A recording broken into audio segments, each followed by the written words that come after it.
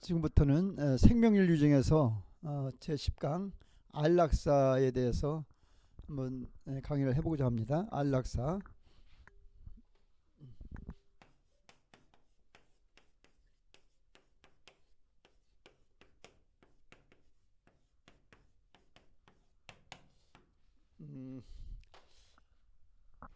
자, 안락사라는 우리가 쉽게 이제 이해하는 것은 고통 없이 편안하게 죽음을 맞이하게 하는 것이라고 생각할 수 있지요. 그런데 본인이 스스로 죽음을 선택해서 하는 것은 자살인데, 이제 안락사는 본인 스스로 이제 죽음을 선택하는 것이 아니라 어떤 그 다른 사람에 의해서 이제 죽음을 맞게 하는 건데, 일종의 살인행위라고 볼 수 있죠. 그렇다고 볼 때에 분명히 인간에게 사람의 생명을 끊을 권리가 있는가, 죽일 권리가 있는가 하는 것이 문제로 제기됩니다. 지금 과학의 발달로 인해서 인공적인 그런 수면 연장이 가능해짐으로 대두된 문제입니다.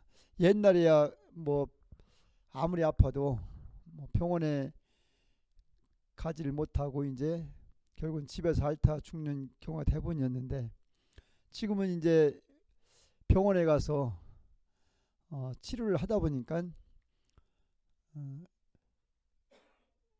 죽지는 않지만은 고통스러운 그러한 병원 생활을 오래 하는 사람들이 참 많습니다. 또 최근 인간의 사망 원인이 위급한 그런 급성 질환보다는 만성적인 그러한 질환이 더 큰 비중을 차지함으로써 그 오랜 동안 그 병마에 시달리는 그런 사람들이 사실 살아있다고는 하지만은 어떻게 보면은 죽는 것보다 더 고통스러운 그런 삶을 이어가고 있다고 볼 때에 그 안락사가 어떻게 보면 참 필요하지 않나 하는 그런 생각도 들게 됩니다. 안락사를 주장하는 사람들은 바로 이 안락사를 자비로운 살인이라고 이렇게 부릅니다. 더 나아가서 안락하게 죽을 권리로 적극적인 의미 용어로 바뀌어서 사용하게 됩니다. 환자의 권리 선언을 채택하는 단계에 이르렀고, 환자는 존엄성이 유지되는 그러한 죽음을 맞을 권리가 있다고 규정을 하기까지 이르렀습니다. 바로 그걸 존엄사라고 하죠. 존엄사. 미국과 서독에서는 죽을 권리가 합법화되었다고 합니다. 또 유럽 국가와 일본 등에서도 민간 단체들이 고통으로 괴로워하는 불치 환자들에게 편안한 죽음을 요구할 권리를 인정해야 된다는 그런 주장이 위세를 더해가고 있는 실정입니다. 네덜란드의 그 예를 든다면 의사 한 명이 하루에 6번 정도 안락사 실시에 참여한다고는 그런 통계가 있는데, 적극적인 경우는 바로 고통받는 환자에게 치명적인 약을 제공해서 결국은 사망시키는 경우가 있고, 또 소극적인 경우는 산소호흡기 등 생명유지 수단을 제거함으로써 하루에도 한 대충 25명 정도를 안락사시킨다는 그런 통계가 있습니다.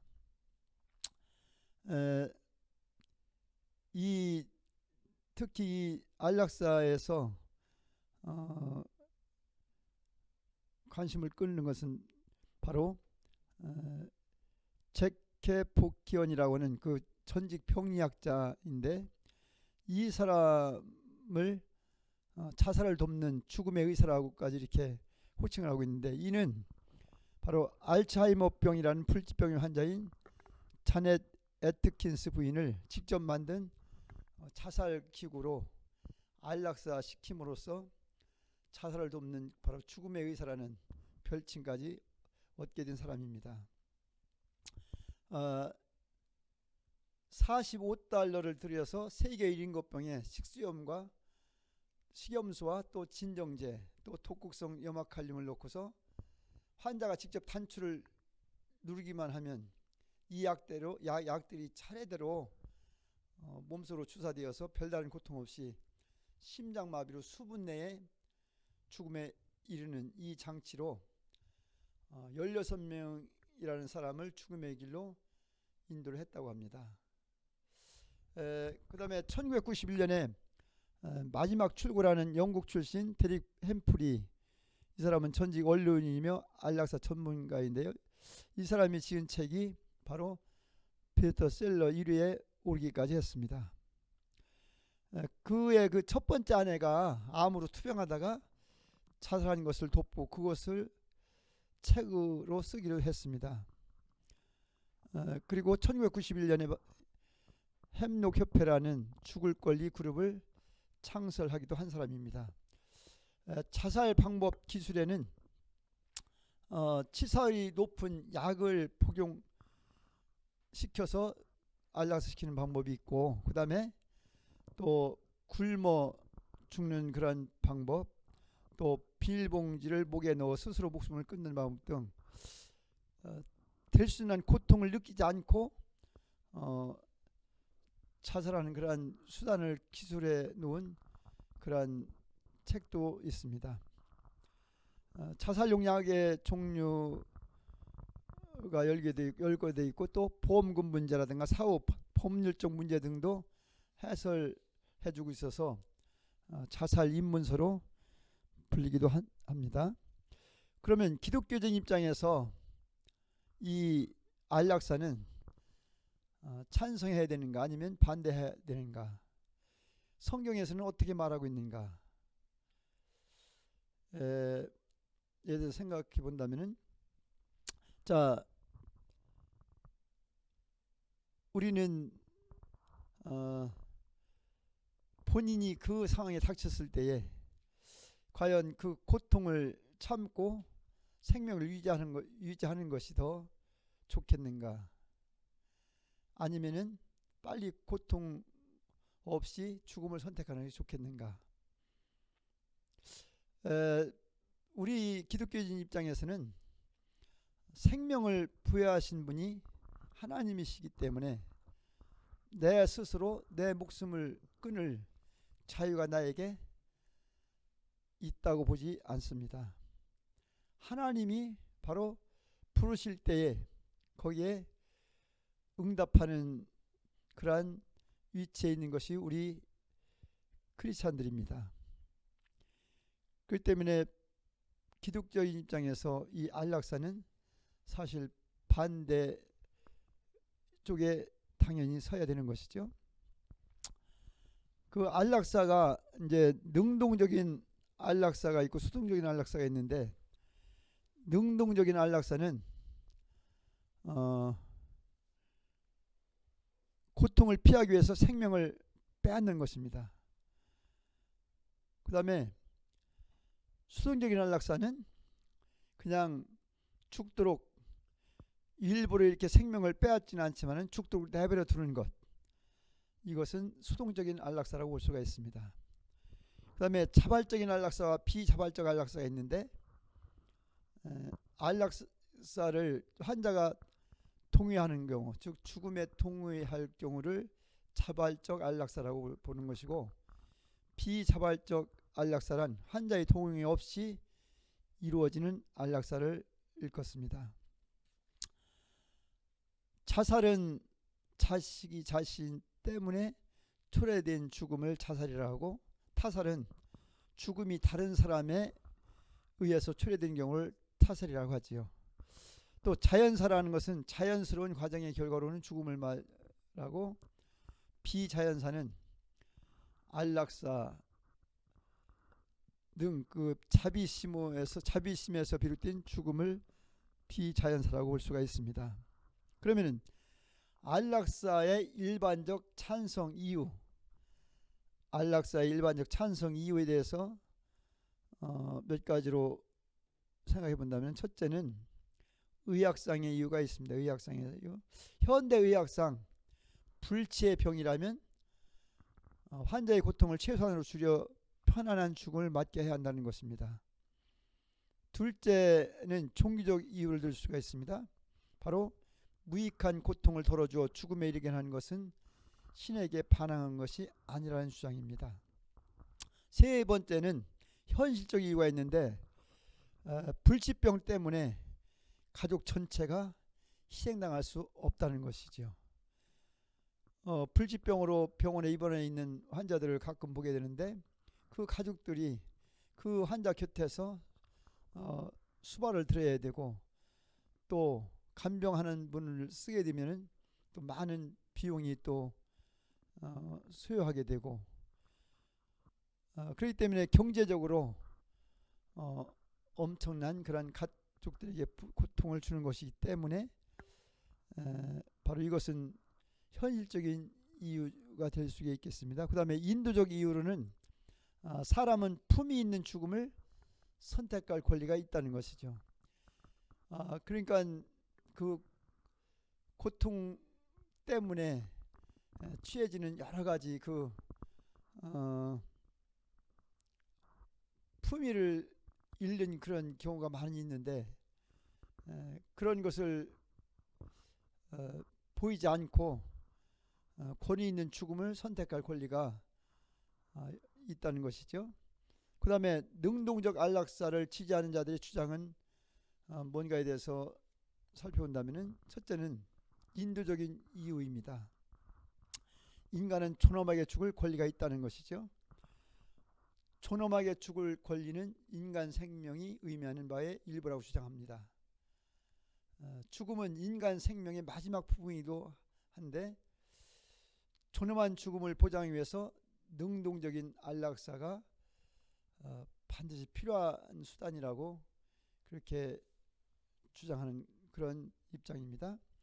능동적인 안락사가 없다면 인간들은 자기 자신의 운명을 전혀 선택하지 못하게 된다는 것이죠.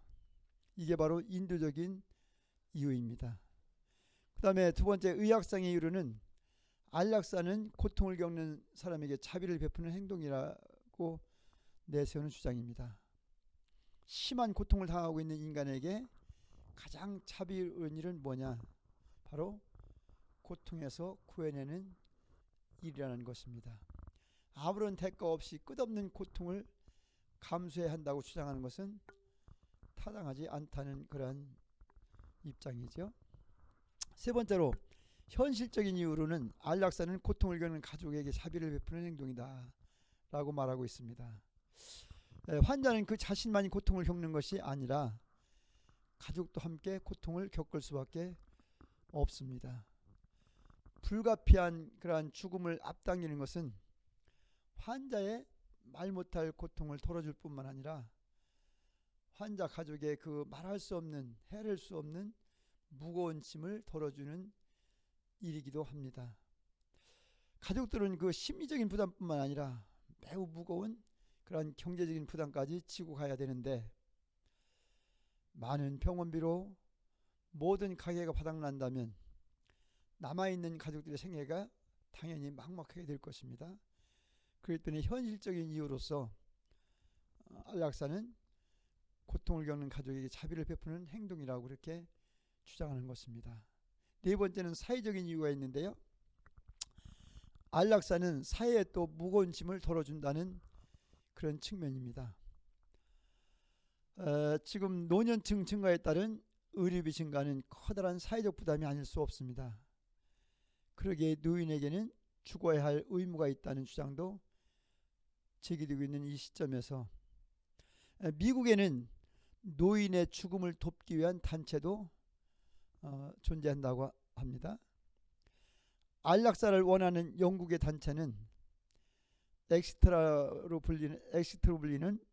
불리고, 미국에서는 또한 죽을 권리를 위한 모임 또는 독약회라고 불리기도 합니다. 이 모임에서 발간한 책, 내가 눈 뜨기 전에 죽게 해줘라는 그 책에는 생명을 끊는 데 필요한 바로 의약품의 목록이라든지 또 자살에 관한 연구 사례들을 담고 있습니다. 그 다음에 다섯 번째로 생각해 볼 것은 바로 종교적 이유인데요. 안락사는 당연히 해야 할 자비로운 행동이라는 그러한 주장입니다. 철학자 와렌은 심한 불구로 태어난 신생아를 완만하고 고통스러운 죽음으로부터 벗어나기 위해서는 죽어야 할 팔을 다친 그런 말의 비유를 했습니다. 1982년 뉴스기지에 실린 논문에서 생물학자들은 유아 세례가 성적 충동만큼이나 정상적인 일이다. 그래서 인간을 비롯한 대부분의 동물들은 유아 사례를 자행하고 있다고 이렇게 선언을 하고 있습니다. 이들에게 있어서 이러한 행위는 하나님에게 반응하는 것이 아니라고 이렇게 주장을 하고 있는 입장입니다.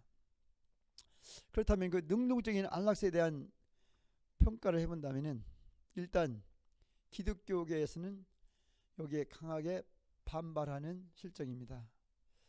하나님의 주권에 대한 매우 뿌리 깊은 기독교의 확신과 하나님의 형상으로 만들어진 인간 생명의 신성함을 부정하는 그러한 공리주의적인 전제들에 입각해 있기 때문이죠. 첫째로 살인할 수 있는 도덕적 권리란 결코 존재하지 않는다는 그런 입장을 취하는 것입니다. 안락사 지지자들은 아무 죄 없는 인간을 의도적으로 살해할 수 있는 도덕적 권리가 존재한다고 그렇게 가장하고 있는데, 성경 출애굽기 20장 13절에 살인하지 말지니라, 바로 인간 생명의 주권이 인간 그 스스로에게 있는 것이 아니라 하나님이 가지고 계시다는 사실입니다. 그래서 신명기 32장 39절에는 내가 죽이기도 하며 살리기도 하며 상하게 하기도 하며 낫게도 하나니 내 손에서 능히 건질 자 없도다 라고 말씀하고 있습니다. 그러니까 살고 죽는 것이 온전히 하나님의 주권 속에 있다는 것이죠. 그 다음에 능동적인 안락사의 근본적인 오류는 인간 생명에 대한 하나님의 주권을 의심하고 하나님을 희롱하는 데까지 이른다는 것입니다. 그 다음에 두 번째로 고통을 당하는 사람을 살해하는 것은 자비로운 행동이 결코 아니라는 사실입니다. 살해는 인간적 고통을 막지 못하고 오히려 죽음의 고통을 가할 뿐이라는 사실입니다. 안락사가 많은 고통을 저지한다고 하더라도 결코 정당화될 수 없음을 뜻하는 것이죠. 그러니까 목적은 수단을 정당화시키지 않는다는 사실입니다. 목적은 오로지 올바른 수단만 정당화시킬 뿐이죠. 죄 없는 사람을 죽이는 것은 올바른 행동이 결코 아니고 악한 행동이라는 것입니다. 분명히 출애굽기 20장 13절에는 살인하지 말라는 하나님의 말씀이 분명히 명시되어 있는데, 바로 이 안락사 역시 살인 행위가 된다는 의미죠. 세 번째는 고통을 통해 배워야 하는 것이 많다는 것입니다. 자, 우리 기독교인들의 고통과는 뭐냐?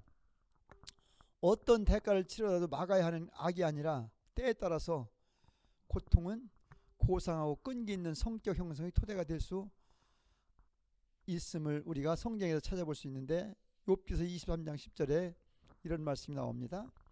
그러나 내가 가는 길을 그가 아시나니 그가 나를 단련하신 후에는 내가 숨금같이 되어 나오리라. 이 말씀의 뜻은 뭡니까?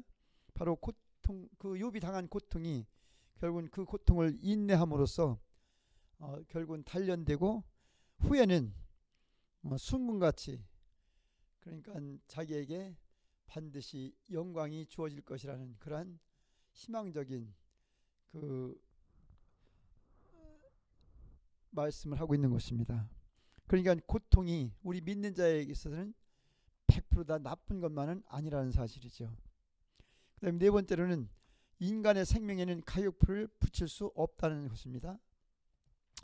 안락사가 경제적 부담을 덜어준다는 안락사 지지자들의 주장은 인간의 생명에 결코 가격을 붙일 수 있다는 그러한 오류로 가득 찬 전제에 입각해 있습니다.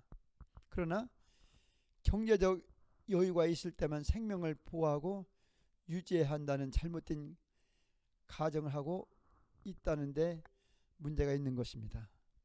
도덕적이지 못하고 물질주의적이라는 것이 바로 여기에 해당되는 것입니다. 인간의 생명은 이 세상에 그 무엇보다도 소중합니다.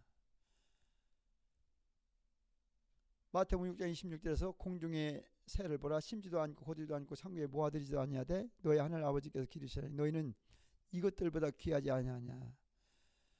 또 마가복음 8장 36절에 사람이 만일 온 천하를 얻고도 자기 목숨을 잃으면 무슨 유익하리요.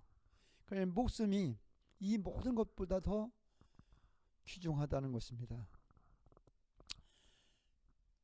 그러니까 인간의 생명을 어떤 경제적인 가치로 이렇게 좌지우지할 수 없다는 것입니다.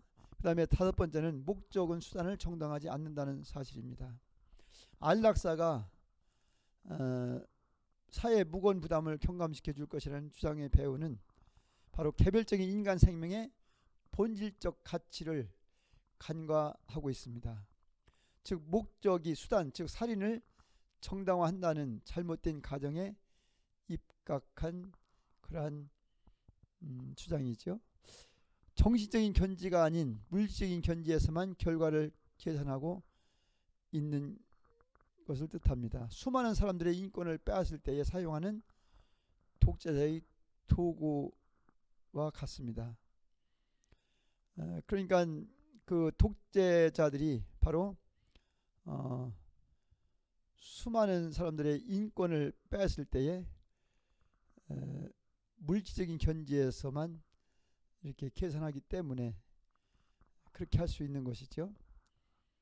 그 다음에 여섯 번째로 인간은 동물이 아니라는 사실입니다. 인간은 동물로부터 진화하였으며 기본적으로 동물이라는 그런 가정은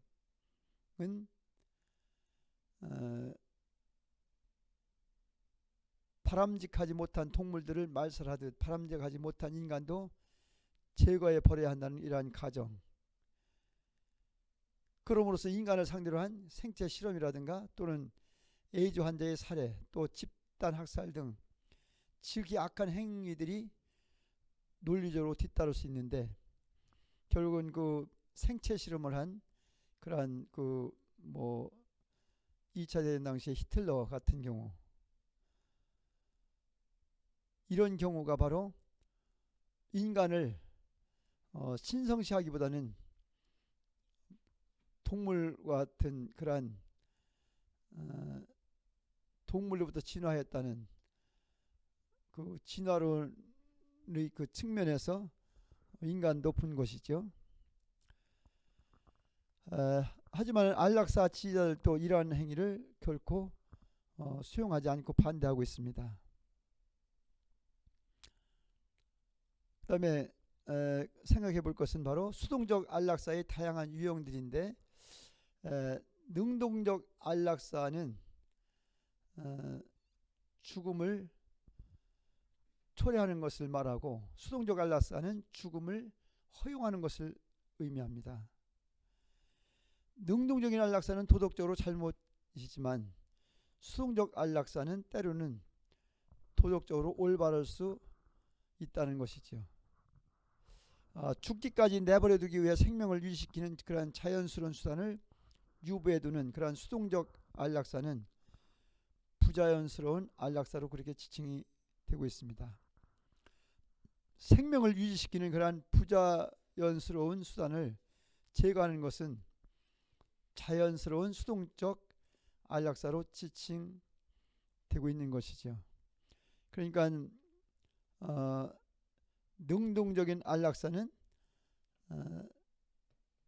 생명을 빼앗는 것이 되니까 안 되지만 수동적인 안락사는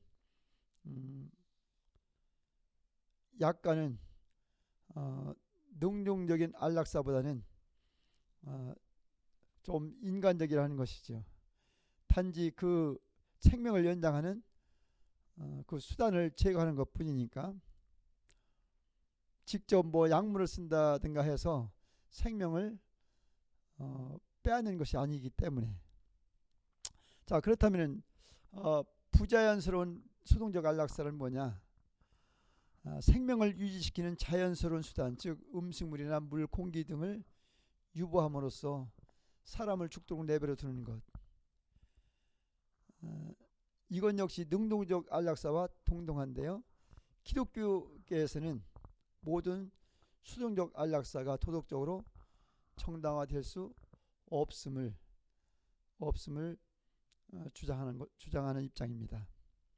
그 다음에 자연스러운 수동적 안락사는 뭐냐? 바로 환자에게서 부자연스러운 수단, 호흡기라든가 인공장비 등 기계장치들을 제거하는 것은 간접적으로만 환자의 죽음을 초래할 뿐이라는 그런 입장입니다. 그런데 이 수동적 안락사를 둘러싼 논란이 있습니다.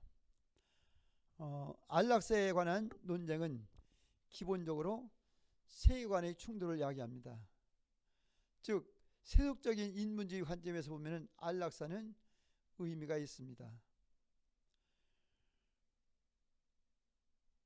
그러나 유대교나 기독교의 틀 내에서는 안락사가 도덕적으로 용납이 불가능하다는 사실입니다. 그리고 안락사 반대 이유로는 인간의 생명을 신이 준 것으로서 어떠한 경우에도 인간이 마음대로 할 수 없다는 그런 종교적 이유와 또 최후까지 환자를 치유하고 생명을 유지시키는 것이 임무라는 의료인의 본질적 사명도 있다는 것이죠. 그렇다면 안락사는 생명에 대한 하나님의 주권과 모순된다는 그 사실에 대해서 안락사하면 보통 능동적 안락사와 부자연스러운 수동적 안락사, 즉 사람을 굶겨 죽이는 것을 뜻합니다. 모두 인간 사망의 직접적인 원인이 되는 것은 똑같습니다.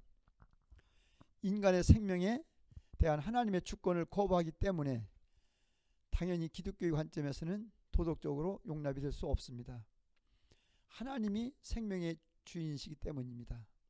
하나님만이 인간의 생명을 창조했으며 또 하나님만이 죄 없는 인간의 생명을 빼앗을 수 있는 권리를 가지고 계시다는 그러한 사실입니다.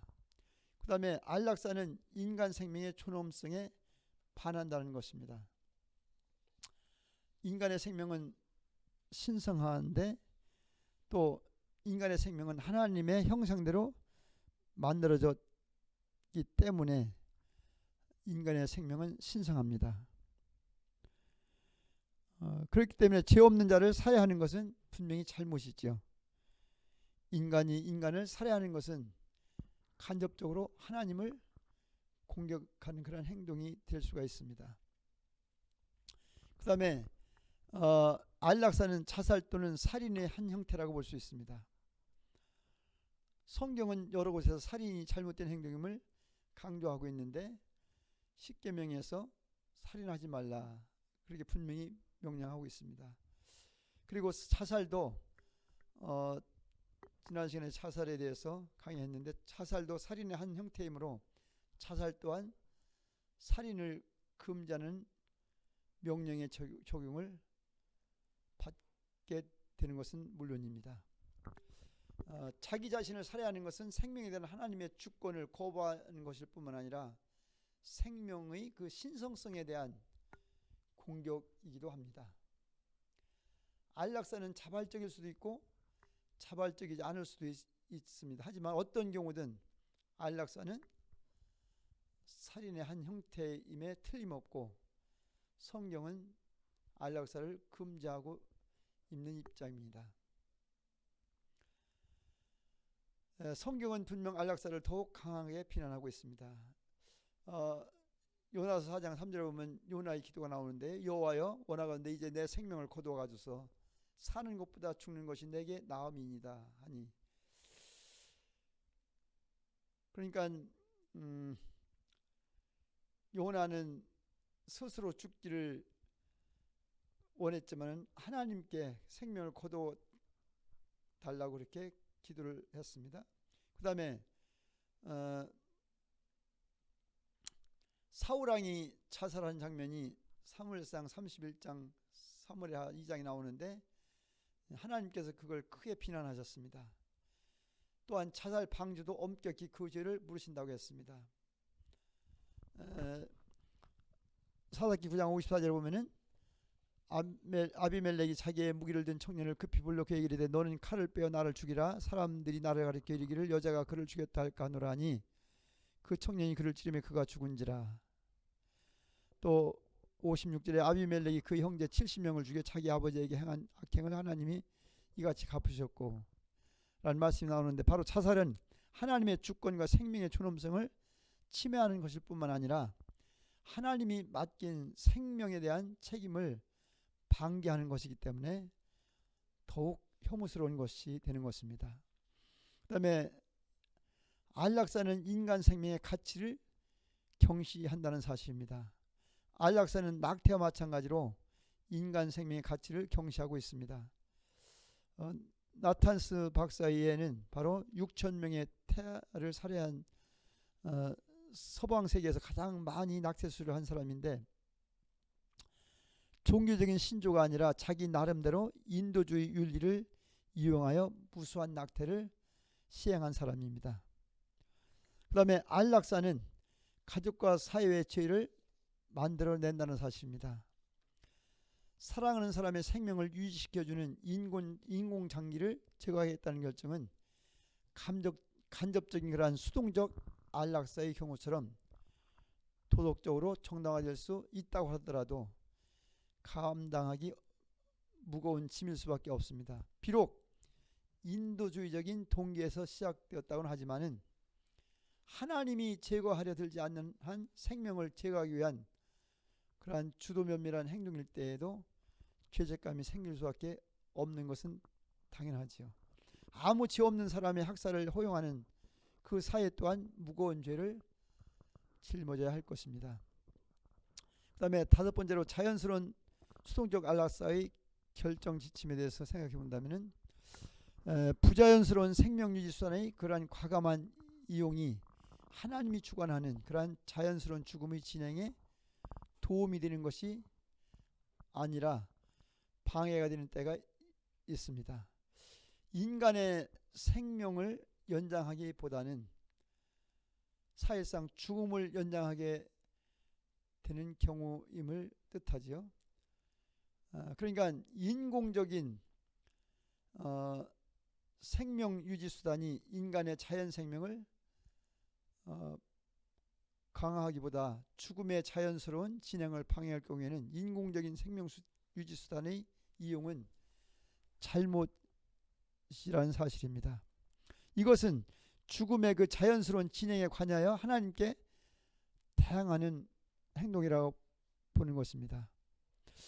불치병으로 혼수 상태에 빠진 사람의 생명을 기계장치로 유지시키는 일은 하나님께서 누구든지 죽어야 한다고 정해 놓으신 바로 창세기 2장 16절로 17절, 로마서 5장 10절에 나타난 말씀과 어긋나는 것이기 때문에 비윤리적인 행위로 간주될 수가 있습니다. 환자의 생명을 유지시키는 그 기계장치를 제거하겠다는 결정은 매우 중요합니다. 설치 역시 중요한 결정이므로 몇 가지 지침을 따라야 되는데요. 일단은 첫 번째가 바로 치유가 불가능한 질병이어야 한다는 사실입니다. 환자를 치유할 수 있다면 환자를 죽도록 내버려 두어서는 결코 안 되고 반드시 고쳐야 합니다. 죽음의 진행 과정을 돌이킬 수 있다면 자연스러운 수동적 안락사라 하더라도 결코 정당화될 수가 없습니다. 그 다음에 환자는 거부권을 갖고 있다는 사실입니다. 환자가 이성과 의식을 가지고 있는 한 인공수단으로 자기 생명을 연장시키지 않으려는 결정에 대한 거부권을 가지고 있는 것이지요. 그러나 환자가 의식을 상실했을 경우 환자의 살겠다는 그런 의지가 확인될 수 있다면 그 의지를 존중해야 하는 것은 당연한 것인데, 환자가 그런 의식을 갖고 있지 않고 또 살겠다는 그런 의지도 표현할 수 없는 경우라면 이 환자에 대한 책임을 진 다른 사람이 인공수단으로 생명을 유지시켜야 하는지 여부를 결정해야 합니다. 그 다음에 집단적 결정해야 한다는 것이죠. 어떤 개인 한 사람의 결정이 아니라 어떤 집단적인 그러한 결정을 보아야 된다는 것입니다. 본인을 포함한 다른 사람들이 결정을 내릴 수 없을 때는 성경은 공동체 속에 지혜가 있다고 말하고 있습니다. 민수기 35장 30절에 사람을 죽인 모든 자 곧 살인자는 증인들의 말을 따라서 죽일 것이나 한 증인의 증거만 따라서 죽이지 말 것이요 라고 말씀하고 있습니다. 그러니까 결정에 있어서 정신적, 도덕적, 법적, 가족적 의미가 함축되어 있으므로 이러한 측면을 모두 고려해서 목사나 의사 또 변호사, 가족 등의 동의가 없는 한 결정을 내려서는 안 된다는 것이죠. 병을 치료하는 것이 하나님의 의지일 가능성이 있고 하나님의 기적은 늘 존재하기에 우선은 기도하는 것이 타당한 것입니다.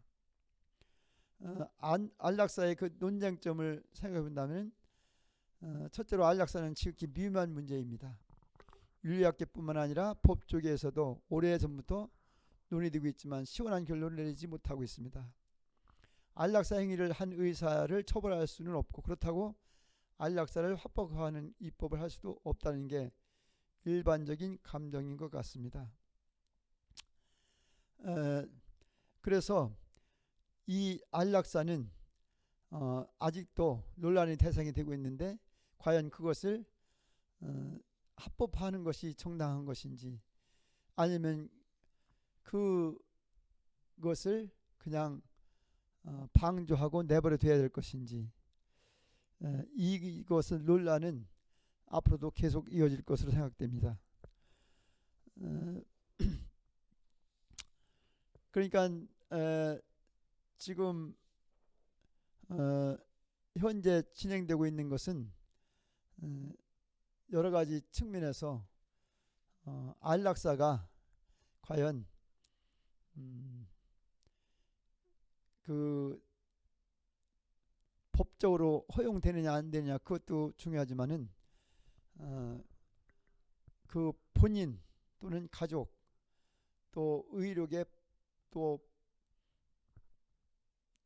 그 법과 또 종교계의 모든 그러한 전체적인 그 합의하에서 이루어지느냐 하는 것은 매우 중요하다고 생각됩니다.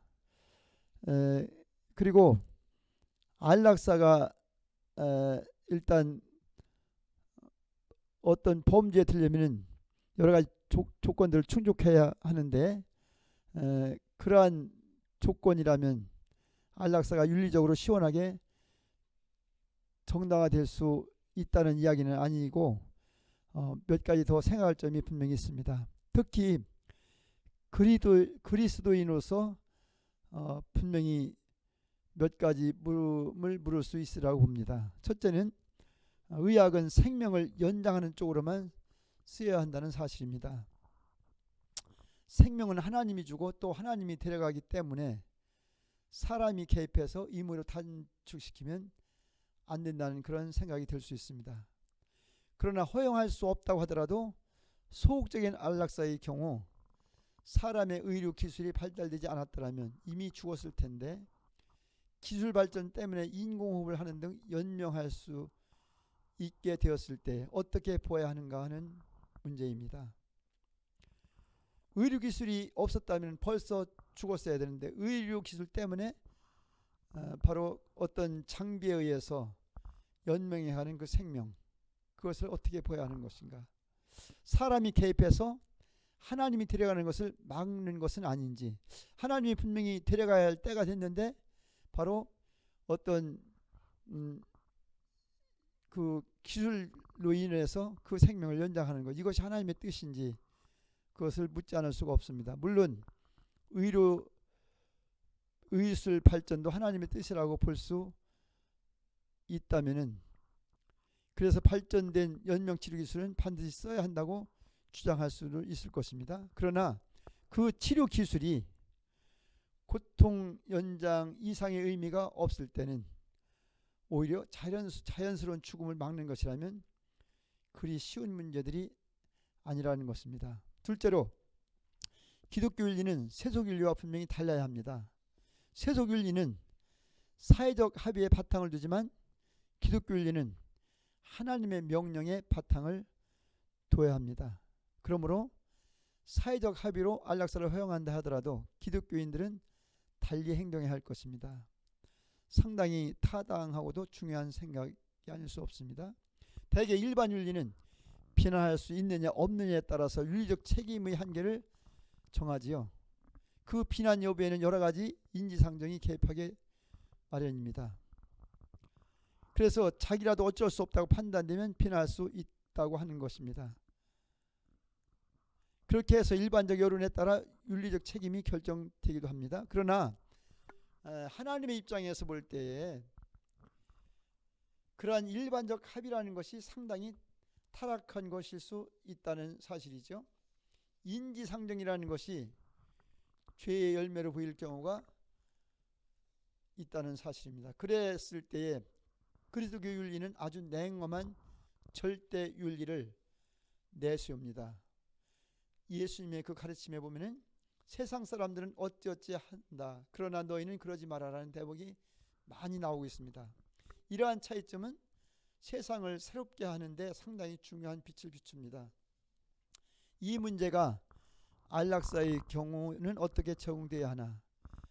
무슨 일이 있어도 사람은 죽는 그 순간까지 살리기 위해서 최선을 다하는 것이 기독교 윤리라고 말할 수 있을까? 이 문제는 사실 환자의 의사표시와 관련해서 생각할 점이 많다고 봅니다. 빨리 죽여달라고 호소하는 환자가 정말 죽고 싶어서 그럴까 하는 점을 생각해 볼 수가 있습니다. 그리고 자기의 고통을 덜기 위해 그럴 때도 있지만 간호하는 가족들을 위해서 죽음을 호소하는 그런 경우도 있지 않아 많이 있을 것입니다. 살고 싶은 마음에도 불구하고 죽여달라고 하는 것이 아닐까 하는 그런 의구심이 드는 것이죠. 또 이런 문제들도 있습니다.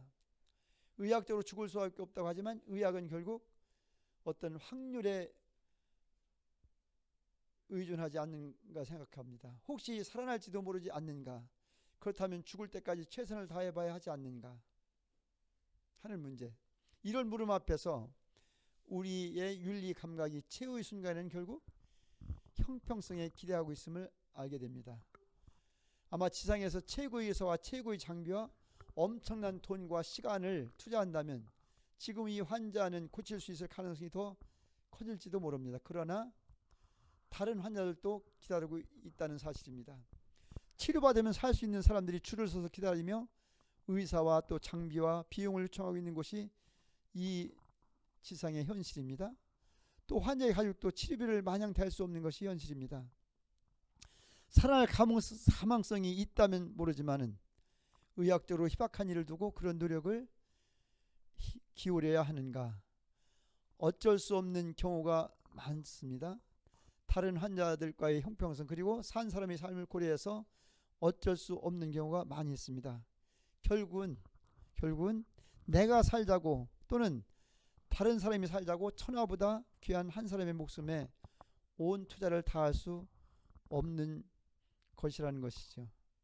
어쩔 수 없다는 것은 비난할 수 없다는 것입니다. 그러므로 기독교 윤리라고 해서 일반 윤리와 별다른 처방을 내릴 수 없는 경우가 많습니다.